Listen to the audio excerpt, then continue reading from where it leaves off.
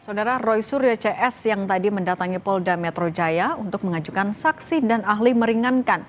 Tak hanya itu, pihak Roy Suryo juga minta dilakukan gelar perkara khusus kasus fitnah ijazah Jokowi.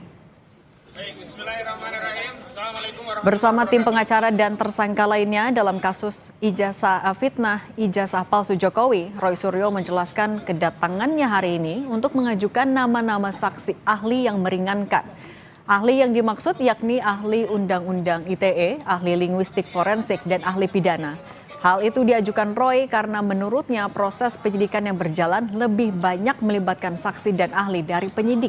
Selain ajukan sejumlah saksi ahli, kubu Roy Suryo juga kembali mengajukan gelar perkara khusus di Polda Metro Jaya setelah pada permohonan pertama di 21 Juli lalu tidak mendapat respons penyidik. Ahli linguistik, ahli bahasa, itu juga sudah punya sertifikat, baik nasional maupun di atas itu. Jadi benar-benar ahli hukum pidana. Anda sudah berulang kali menjadi ahli pidana di berbagai kasus, berbagai hal, bukan yang hanya langganan di depan BAP. Jadi saya kira itu ya, clear apa agenda kita hari ini. Sekaligus juga kita mengajukan gelar perkara khusus untuk supaya apa? Kasus ini supaya terang benderang diketahui oleh masyarakat dan lainnya.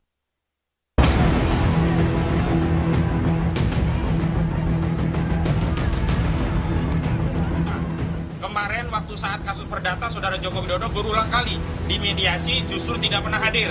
Hari ini di kasus pidana yang Saudara Joko Widodo sendiri melaporkan, maka Saudara Joko Widodo harus masuk ke pengadilan. Usulan mediasi antara Roy Suryo CS dengan mantan Presiden Jokowi untuk menemukan titik temu kasus fitnah ijazah palsu ditolak Koordinator Kuasa Hukum Roy CS. Menurut kuasa hukum Roy, upaya mediasi tak dikenal dalam kasus pidana. Karenanya kubu Roy ingin proses peradilan ditempuh sehingga Jokowi bisa dihadirkan. Termasuk kemarin kami komplain Saudara Faisal Assegaf yang tiba-tiba bicara tentang perdamaian, juga Prof. Jimli Asidiki yang bicara tentang mediasi karena ini kasus pidana, bukan kasus perdata. Kemarin waktu saat kasus perdata, Saudara Joko Widodo berulang kali dimediasi justru tidak pernah hadir. Hari ini di kasus pidana yang Saudara Joko Widodo sendiri melaporkan, maka Saudara Joko Widodo harus masuk ke pengadilan. Jadi jangan kemudian membangun narasi untuk mediasi di kasus pidana.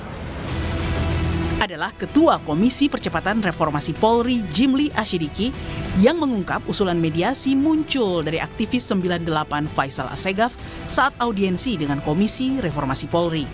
Menurut Jimli, bukan tak mungkin jalur mediasi juga ditempuh dalam proses pidana apabila seluruh pihak mencapai kesepakatan.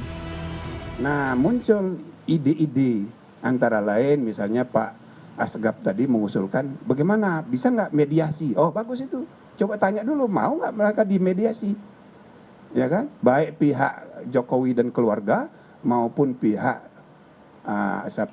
Roy Suryo dan kawan-kawan mau nggak dimediasi? Nah, jadi status tersangkanya tetap, ya kan? Tapi dimediasi dulu. Kalau misalnya ditemukan titik temu, ya kan? Ya bisa tidak dilanjutkan pidananya. Tapi kalau seandainya tidak berhasil, ya lanjutkan nggak apa-apa. Tidak ada forum lagi yang bisa membuktikan keaslian atau tidak aslinya. Sebelumnya, kubu Roy Suryo kerap meminta penyidik Polda untuk memperlihatkan ijazah asli Jokowi untuk membuktikan ada tidaknya fitnah soal tudingan ijazah palsu. Namun dalam sidang sengketa ijazah Jokowi di Komisi Informasi Pusat, pihak Polda selaku termohon mengaku salinan ijazah asli Jokowi ada dalam penguasaan Polda Metro Jaya sebagai barang bukti. Saat ini dia dalam penguasaannya Polda Metro Jaya ya? Dalam penguasaan Polda Metro Jaya dalam status penyidikan, resmi disita mendapatkan penetapan penyitaan dari pengadilan negeri setempat. Baik. Kasus fitnah ijazah Jokowi yang memakan waktu cukup lama kerap berkutat pada permintaan memperlihatkan ijazah asli tersebut. Namun faktanya dalam gugatan perdata di PN Surakarta dan Sleman, tuntutan para penggugat selalu berakhir deadlock karena Jokowi menolak memperlihatkan ijazah asli sarjananya. Tim Liputan Kompas TV. Langkah mediasi yang diusulkan Faisal Assegaf ditolak mentah-mentah oleh kuasa hukum Roy Suryo. Laporan Jokowi katanya di Polda Metro Jaya adalah kasus pidana, sehingga pihak Roy ingin Jokowi turut hadir di pengadilan. Kita bahas bersama tersangka dugaan fitnah ijazah Jokowi, Roy Suryo di studio. Mas Roy, apa kabar? Alhamdulillah, Mbak Cindy. Lalu juga ada Ketum Jokowi Mania Andi Azwan dan Guru Besar Hukum Pidana Universitas Pelita Harapan, Prof. Jamin Ginting dari Zoom. Apa kabar semuanya? Baik, terima kasih. Oke, sore. Saya ke Mas Roy dulu. Mas Roy, tadi kalau mendengar pertanyaan Bang Husainuddin berarti fix tutup pintu mediasi? Ya, jadi artinya kan ada itikat baik ya dari beberapa pihak. Kemudian kami kan selalu konsultasi dengan kuasa hukum. Jadi artinya ya kita ikuti saja apa yang kemudian nanti bisa dipersatukan idenya. Jadi kan kuasa hukum kan bertanggung jawab terhadap keselamatan, keamanan, dan juga mungkin berjalan kasus ini. Tapi kalau dari Anda sendiri pengennya mediasi atau enggak? Enggak apa-apa, saya sih manut aja ya selaku klien. Kita kan tunggu, kan niat baik itu kita hormati ya. Kemarin juga secara khusus habis pertemuan di Komisi Percepatan itu, Prof. Jimli juga mengundang kami untuk kemudian kita diskusi dan niatnya bagus. Jadi menurut saya niat dari apakah itu Prof. Jimli, Pak Faisal, niat juga Mas Husainuddin, semua baik. Jadi itu nanti akan kita lihat bersama terbaik apa. Tapi memang kami menginginkan Jokowi itu hadir di persidangan gitu. Atau Jokowi mempertanggungjawabkan ini gitu. Jadi bagaimana caranya? Apakah kalau mediasi itu Jokowi gak hadir, itu kan juga bisa juga dia hadir gitu kan. Tapi ya sudahlah, kalau saya sih ngikutin aja. Saya kan melihat mana yang terbaik untuk kasus ini semua. Oke, tapi kalau misalnya mediasi maunya kayak gimana? Ya, saya sih nggak ngerti ya maunya kayak gimana. Kan dari kami itu sebenarnya kasus ini sudah close. Close apa? Karena udah terbit bukunya. Buku Jokowi White Paper kan udah terbit. Hasilnya juga udah jelas, sudah kita paparkan 99,9%. Ya, ya sudah clear aja dan biarkan itu kemudian masyarakat yang menilai. Biarkan itu kemudian ya publik yang juga menilai. Kalau dari sini masih ngotot terus mempidanakan, ya udah kita hadapi. Tapi kalau dari sini niat mau mediasi, ya udah nanti kita lihat gimana. Nah, kalau dari Bang Andi berarti membuka pintu mediasi itu atau mendorong udah pidana aja? Jadi sebetulnya Cindy, dari awal pun ya Pak Jokowi itu terbuka pintunya, terbuka untuk bisa bermediasi. Artinya begini, posisinya Pak Jokowi ini kan yang difitnah oleh mereka. Kalau mereka datang minta maaf ya, karena penelitian kami agak salah ditemukan begini. Ada itu. Jadi selesai itu barang. Tapi kan ini kan masalahnya kan berkembang terus ya, bukan hanya masalah ijazah Pak Jokowi. Ini berkembangnya luar biasa gitu loh. Ya kalau kita melihat apa yang diadukan oleh Pak Jokowi kan langsung Pak Jokowi sendiri yang mengadukan untuk masalah tindakan fitnah tersebut terhadap ijazah beliau. Ya, jadi pada dasarnya ya apa yang dilakukan itu kalau kita melihat ya dimediasi oleh Pak Jimli Sidiki silakan saja. Tapi semuanya juga tergantung dari Pak Jokowi untuk itu. Tapi berarti bakal hadir langsung nggak Pak Jokowi juga di mediasi? Kenapa? Pak Jokowinya bakal berkenan hadir juga nggak? Dari Anda akan mendorong Pak Jokowi hadir nggak kalau ada mediasi? Kan kita melihat begini Cindy ya, masalah itu kan tergantung dari Pak Jokowi kan. Ya, untuk itu. Dia tidak akan meminta ataupun mendorong-dorong itu, tidak. Pasti ada pertimbangan dari beliau untuk itu. Beliau juga seorang negarawan untuk itu. Tapi kalau kita melihat, Mbak Cindy ya, Husainuddin kan mengatakan sangat resisten itu kelihatannya begitu. Jadi agak berbeda nih apa yang dikatakan Mas Roy di sini gitu loh ya. Ini luar biasa. Enggak sama kita. Gitu, ya. Artinya sih ya kalau kita sih apapun yang terbaik itu baik juga dengan melalui mediasi. Ya monggo-monggo saja tapi itu adalah hak dari Pak Jokowi menerima atau tidak. Kami tidak punya kapasitas untuk itu. Tapi dilanjutkan di sidang pengadilan itu juga lebih baik lagi menurut saya Cindy. Oke, kalau gitu saya ke Prof. Jamin. Prof. Jamin, apakah sebenarnya mediasi ini bisa jadi jalan keluar ketika tahapannya sudah penyidikan, sudah ada tersangka? Ya, kalau kita melihat konteks Perkap Kapolri 6 2019, tentu mediasi itu menjadi jalur yang harus mempunyai syarat formil dan syarat material. Pertama yang paling penting adalah syarat formilnya, bahwa kedua belah pihak sudah sepakat untuk menyelesaikan ini dengan cara perdamaian. Jadi kalau dikatakan perdamaian dalam pidana itu ada. Bahkan sekarang di Undang-Undang KUHP baru kita yang baru kemarin disahkan di pasal 83, itu sudah dinyatakan namanya restoratif justice ya. Jadi boleh dilakukan itu. Cuma pertanyaannya inisiatif itu dari pihak. Nah ini saya bingung kenapa inisiatif itu dari tim reformasi. Nah apakah tim reformasi ini sudah mendapatkan legitimasi dari pihak Jokowinya?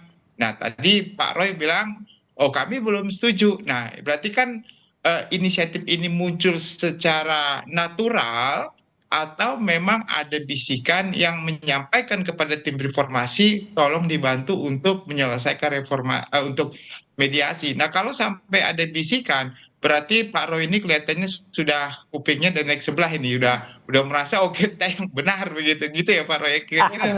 Tapi Prof Jamin ketika Pak Roy-nya sekarang agak lebih tenang ini. Saya juga karena ini kan kepentingan publik sebenarnya. Biasanya mediasi seperti itu terkait dengan ada nilai kerugian di antara para pihak, tindak pidana yang menyangkut tentang harta benda. Tetapi kalau tindak pidana yang menyangkut tentang kepentingan publik, yang mau mediasi Pak Roy-nya atau publiknya. Nah kalau terkait dengan publik, maka sulit kiranya untuk bisa dilakukan mediasi begitu. Nah tapi di mediasi ini berarti biar ya jadi jalan tengah harus ijazah yang ditunjukkan sekalian apa enggak sih Prof? Nah itu. Ya tentu kalau mediasi itu kita nggak mempermasalahkan tindak pidananya, bukti-buktinya. Nah jadi yang dipentingkan adalah kedua belah pihak menyelesaikan dengan secara damai dan tidak akan melakukan penuntutan lagi. Cuma permasalahan itu kepentingan Pak Roy Suryo dan teman-teman atau kepentingan publik yang lebih besar. Kalau itu kepentingan publik yang lebih besar tentu kalau Pak Suryo sendiri yang mau melakukan mediasi nanti Pak Suryo diserang balik ini sama publik loh. Kamu perjuangan selama ini berarti untuk mementingkan kepentingan kamu pribadi, bukan kepentingan membukti kebenaran material yang benar-benar yang diperjuangkan oleh masyarakat ingin ditunjukkan. Kira-kira seperti itulah mungkin Pak Roy ini sehingga agak berat ini muncul untuk jalur mediasi seperti ini. Walaupun kita anggap ini pejuanglah untuk membuktikan kebenaran fakta. Dan nanti kalau sebenarnya ada bukti yang menunjukkan otentisitas daripada ijazah tersebut, saya yakin bisa dibuktikan itu lebih baik lagi begitu. Jadi masyarakat juga nggak tertutup, nggak case close tapi nggak jelas, case close tapi nggak jelas ini. Benar, Prof. Ada atau enggak? Nah itu yang kita khawatirkan. Begitu. Nah tadi kan juga sempat disinggung soal legitimasi dari usulan itu kok munculnya dari reformasi Polri. Nah Anda membuat ini percaya diri? Gini. Jadi artinya adalah kami meneliti itu kan atas juga dasar publik ya. Jadi dengan Undang-Undang Keterbukaan Informasi Nomor 14 Tahun 2008, kemarin juga pada sidang KIP, Komisi Pemberantasan Pusat juga itu atas berkat dengan dorongan publik kan terungkap beberapa fakta. Maka saya juga menyerahkan benar Prof. Jadi artinya saya bukan orang yang bisa memutuskan sendiri soal apa ini. Makanya kita dengarkan juga saran dari kuasa hukum, kita dengarkan juga saran yang sangat bagus dari Prof. Jimli atau dari Prof. Mahfud atau dari siapa saja dari masyarakat dan nanti akan kita lihat. Karena saya sih tetap pada statement bahwa apa yang kami teliti itu adalah sudah sah dan benar, ya 99,9% bahkan sudah terbit bukunya. Jadi artinya sebenarnya sudah selesai, sudah terbit kok bukunya. Kalau mau ilmiah, jawab dengan ilmiah, buku, jawab dengan buku. Nah ini juga berhubungan sama gelar perkara khusus yang diajukan. Ya, ini kan juga udah pernah sebelumnya. Yang pernah itu gelar perkara khusus ketika kasusnya di penyelidikan di Bareskrim. Nah terus ada harapan berbeda ketika ini diajukan di Polda. Karena kan dalam perkara khusus di Polda ini kan Polda kemudian meningkatkan status penyidikan, kemudian menjadi tersangka. Nah kemudian kan dia hanya mendengarkan ahli-ahli dari dia sendiri. Ahli yang sama sekali tidak pernah terlibat dalam pembuatan undang-undang ITE. Ya, itu hanya membaca undang-undang ITE kemudian merumuskan sendiri dengan pikirannya sendiri mengartikan pasal 32, 35. Ya ahli yang kami hadirkan adalah ahli yang ikut merancang undang-undang ITE dari sisi pemerintah. Saya dulu juga membuat undang-undang ITE itu, tapi kan saya nggak jadi ahli di situ. Nah, disitulah Mbak Cindy dan juga pemirsa Kompas, kita minta gelar perkara khusus agar masyarakat juga bisa menilai. Oh kasusnya kayak dari situ, nanti masyarakat juga bisa melihat ini perlu nggak adanya mediasi atau enggak. Sekali lagi, saya mengikuti semua masukan masyarakat termasuk Prof. Jamin Ginting, termasuk juga ahli-ahli yang kita hadirkan. Nanti mediasi ini akan go or not to go. Nah kalau Bang Andi gimana? Minta gelar perkara khusus, kemudian juga mengajukan ahli-ahli yang meringankan. Kalau dari Anda memandangnya seperti apa? Tapi jangan dijawab dulu, kita akan kembali lagi usai jeda. Masih bersama kami ada Mas Roy Suryo, Andi Azwan, dan Prof. Jamin Ginting. Sekarang saya ke Bang Andi. Bang Andi, kalau tadi kan kata kuasa hukumnya Bang Roy Suryo, kayaknya mau tutup pintu nih, kata Bang Hosinuddin. Kalau Anda melihatnya penolakan ini sebenarnya bentuk ada celah hukum yang belum beres atau kenapa? Ya, kalau saya lihat bahwasanya ini kayaknya di mereka ini ada terbelah itu. Oh Untuk enggak. masalah ini ya. Mengenai katakanlah untuk mediasi seperti itu. Tapi kalau saya melihat sih kalau kita sih ya fine-fine saja ya. Untuk maju di pengadilan it's okay gitu. Kalau untuk meminta adanya yang namanya mediasi, ya posisi kita ini kan posisi yang katakanlah yang posisi defend lah ya seperti itu.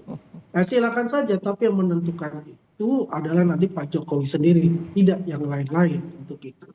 Tapi yang jelas kita mempersiapkan itu. Cuma saya agak meragukan ini dengan adanya meminta gelar perkara lagi gitu.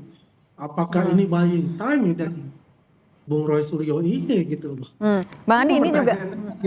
Apanya apa Bang Andi ini juga kan mereka mau dari kubunya Bang Roy Suryo ini mau menambahkan mengajukan ahli-ahli yang katanya meringankan. Nah kalau kayak gitu Anda melihat artinya harapan Anda agar Bung Roy Suryo ini ditahan makin jauh dong?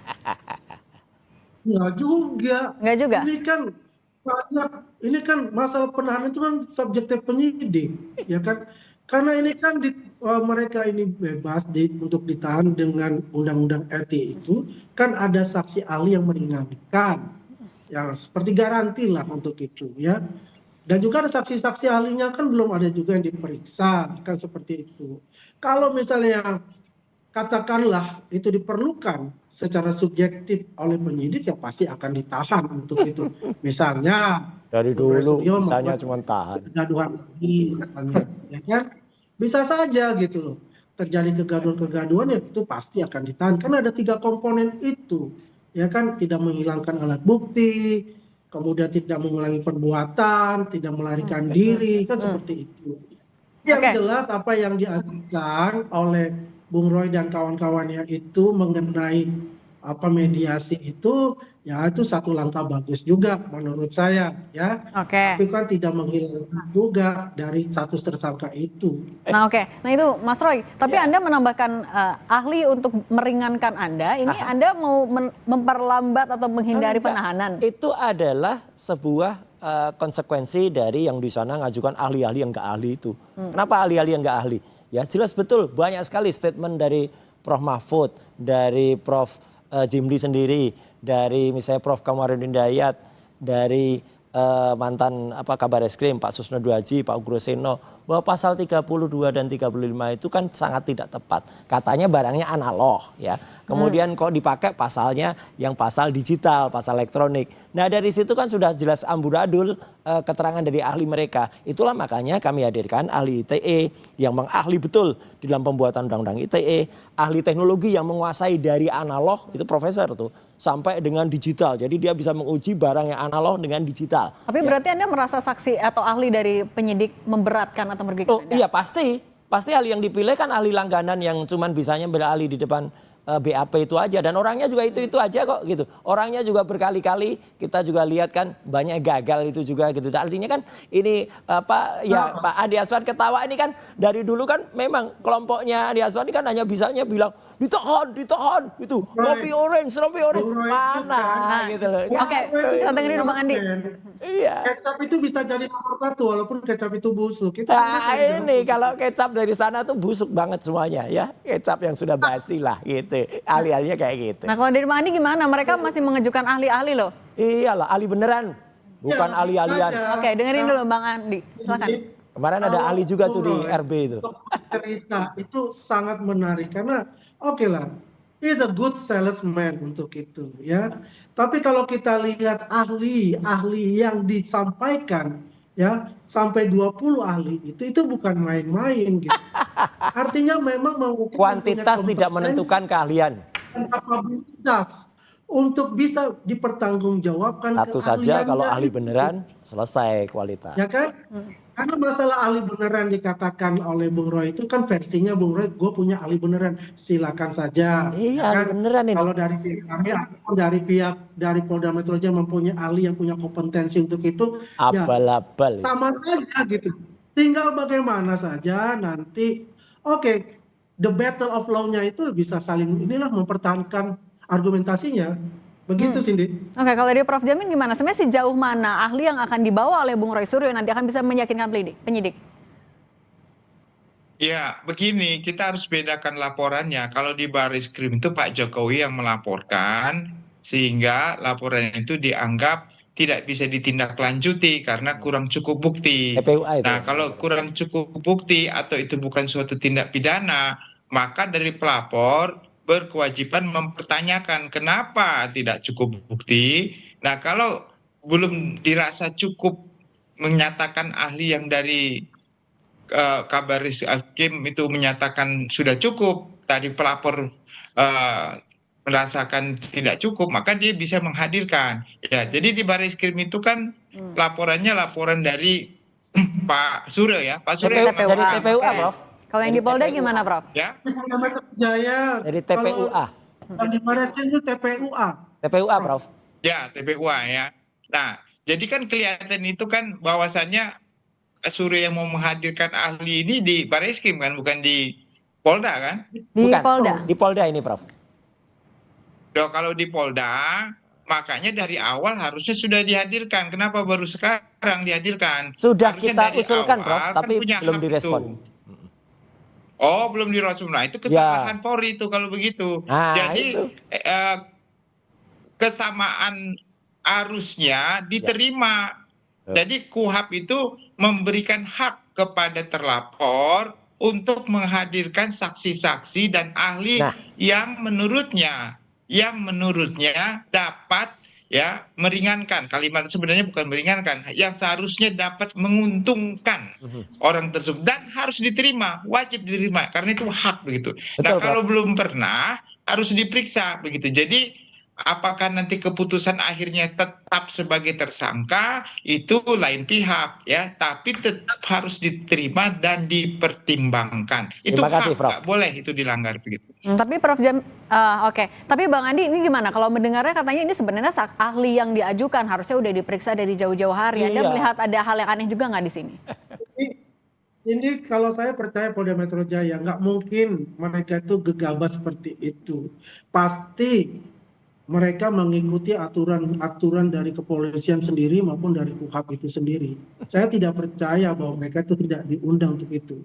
Ya, jadi mereka baru ini saja mengajukan. Kalau dia mempunyai nama-nama, Andi Aswan nggak ngerti sih. Itu dari kemarin itu sudah ada. Tapi kan ini kan baru sekarang mereka mengajukan nama itu.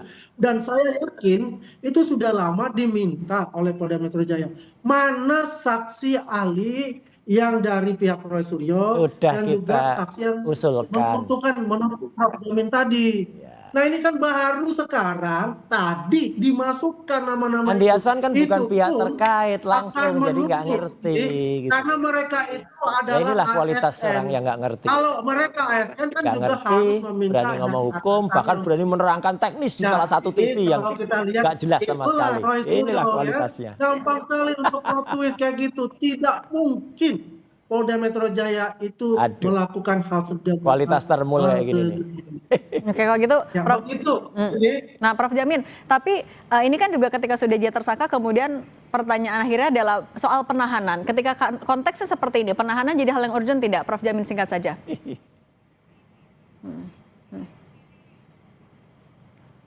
Putus ya? Oke, kalau gitu saya ke Mas Roy. Ya. Mas Roy, artinya tapi dengan ya langkah-langkah yang sudah ada ajukan sejauh ini, Anda masih pede gelar perkara khusus ke depan akan ada perbedaannya? Oh pasti, harus itu. Karena apa? Ya saya kan orang yang terlibat langsung dan saya mengerti langsung. Tapi kalau orang yang nggak terlibat langsung, kemudian di luar malah ngomong, oh itu sudah diajukan. Nah, dia nggak ngerti, kami mengajukannya sudah lama. Bahkan dia menerangkan surat teknis di salah satu TV. Orang nggak ngerti kok menerangkan teknis. Ya kita ketawain aja, penerangannya juga salah lagi. Oke, yaudah nanti kita lihat juga bergulirnya seperti apa. Kalau gitu Mas Roy Suryo, Bung Andi Azwan, dan Prof Jamin Ginting, terima kasih sudah berbagi bersama kami di Kompas Petang. Sehat selalu. Terima kasih, Mas Suryo.